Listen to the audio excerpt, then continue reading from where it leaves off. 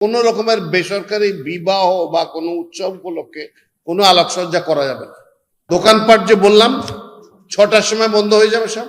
খাবার দোকান, ওষুধের দোকান, এইরকম জরুরি যেটা অর্থবার্ষিক সবার সবসময় যা থাকে সেগুলা খোলা থাকে। মূলত আলোচনাটা আজকে হয়েছে যে আমরা কিভাবে মধ্যপ্রাচ্য যুদ্ধের ফলে যেখানে আমাদের সাপ্লাই লাইনটা ইনসিকিউর হয়ে গেছে সেইটাকে কিভাবে আমরা তার ফলে যে প্রাইসের ফ্লাকচুয়েশন হচ্ছে তো সেইটাকে মোকাবেলার জন্য আমরা কি কি ব্যবস্থা নিতে পারি। তো এর মধ্যে বেশ কিছু সিদ্ধান্ত হয়েছে, তার মধ্যে একটা আছে যে বাণিজ্যিক অফিসগুলো আমরা কমিয়ে নিয়ে আসতেছি 1 ঘন্টা করে, 9টার থেকে 4টা পর্যন্ত অফিস চলবে, সকল অফিস, এটা সরকারি বেসরকারি সকল অফিস 9টা থেকে 4টা চলবে। আর ব্যাংকিং গুলো চলবে আওয়ার্স 9টার থেকে 3টা পর্যন্ত, 4টায় ব্যাংক বন্ধ হয়ে যাবে। শিক্ষার বিষয়ে শিক্ষা মন্ত্রণালয়ে যে বিভিন্ন জায়গায় যে চাহিদা আছে বিভিন্ন পর্যায়ে সেটা বিবেচনা করে নিয়ে রোববার থেকেই কিছু আলাদা নির্দেশনা দেওয়া শুরু করবে ইনশাআল্লাহ। এছাড়া সরকারি কিছু ব্যয় হ্রাস কমানো হচ্ছে। আগামী 3 মাস পর্যন্ত সরকারি কোনো নতুন যানবাহন ক্রয় করা হবে না, কোনো জলযান ক্রয় করা হবে না, কোনো আকাশযান ক্রয় করা হবে না, কোনো কম্পিউটার সামগ্রী ক্রয় করা হবে না।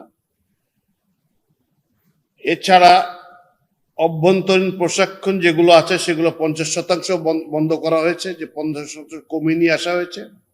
সরকারি অর্থায়নের সকল বৈদেশিক প্রশিক্ষণ বন্ধ করা হয়েছে পুনরাদেশ না দেওয়া পর্যন্ত। এছাড়া সভা সেমিনারে আপ্যায়ন ব্যয় 50% হ্রাস করা হয়েছে। জ্বালানি, বিদ্যুৎ, গ্যাস এই খাতে আমাদের যে ব্যয়টা হতো সরকারের সেটা আরো 30% কমানো হচ্ছে। আজকে থেকে এটা এফেক্টিভ হয়ে গেলে তারপরে ব্যবস্থা করা হবে। এছাড়া ভ্রমণ ব্যয় যেগুলো প্রয়োজন নেই সেগুলো কমাতে বলা হয়েছে, এখানে আমরা 30% হ্রাস করে দিচ্ছি।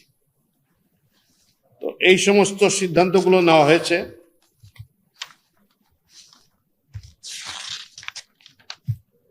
ও আচ্ছা, আরো একটা সিদ্ধান্ত নেওয়া হয়েছে যে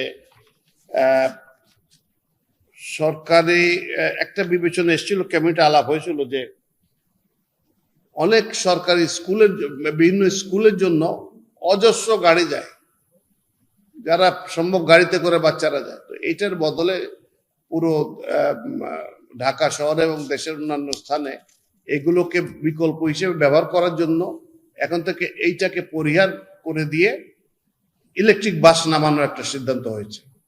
তার জন্য যে সমস্ত স্কুলগুলো এই কার্যক্রমে অংশগ্রহণ করবেন তাদেরকে কোনো শুল্ক ব্যতীতই তারা বাসগুলো আনতে পারবেন। একই সুবিধা দেওয়ার জন্য কমার্শিয়াল ক্ষেত্রে যারা বাস নেবেন অন্যান্য ক্ষেত্রে তারাও নিতে পারবেন, তবে তাদের ক্ষেত্রে 20% শুল্ক ধার্য করা হবে। এই একটা সিদ্ধান্ত হয়েছে।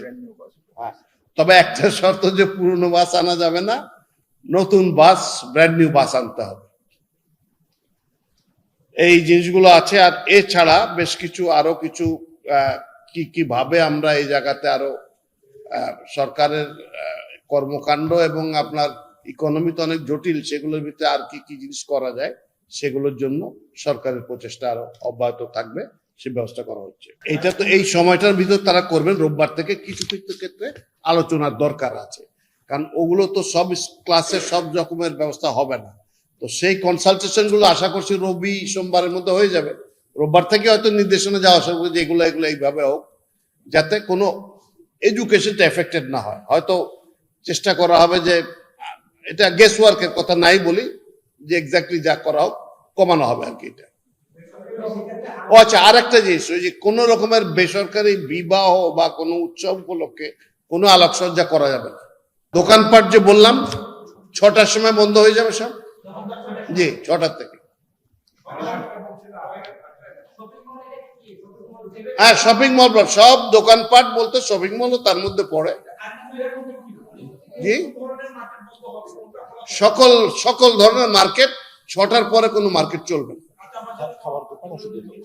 খাবার দোকান, ওষুধের দোকান, এইরকম জরুরি যেটা অত্যাবশ্যকীয় সবার সবসময় যা থাকে সেগুলা খোলা থাকে। এইটা তো আমাদের সামর্থ্যের উপরে দেখতে হবে যে পুরো কত দূর চলে আসে। তো এগুলা একটা জাজমেন্টের ব্যাপার, আমি জাজমেন্টের ভিতরে না যাই, কারণ সিদ্ধান্তটা অন্যরা নেবেন, ক্যাবিনেট থেকে নেওয়া হবে, জাজমেন্টের ভিতরে না যাই। তবে গভর্নমেন্ট চেষ্টা করছে যে যতটুকু এটাকে সাধারণ মানুষের জন্য সাশ্রয়ী করা যায়। দেখেন, যুদ্ধটা না থামলে মেজরিটি তেল, আমাদের 80% তেলই আসে মধ্যপ্রাচ্য থেকে, অন্যান্য জায়গা থেকেও আসে, এখন সেসব জায়গা থেকে আসা শুরু করবে যেগুলো।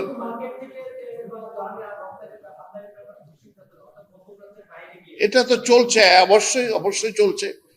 মালয়েশিয়ার থেকে আসা শুরু হয়েছে, ইন্দোনেশিয়া থেকে আসা শুরু হয়েছে, আশা করছি এগুলো মালয়েশিয়া ইন্দোনেশিয়া থেকে আসবে, ইভেন কি কাজাকস্তানের থেকেও আসার একটা সম্ভাবনা দেখা দিয়েছে, আমরা ব্যবস্থা নিয়েছি।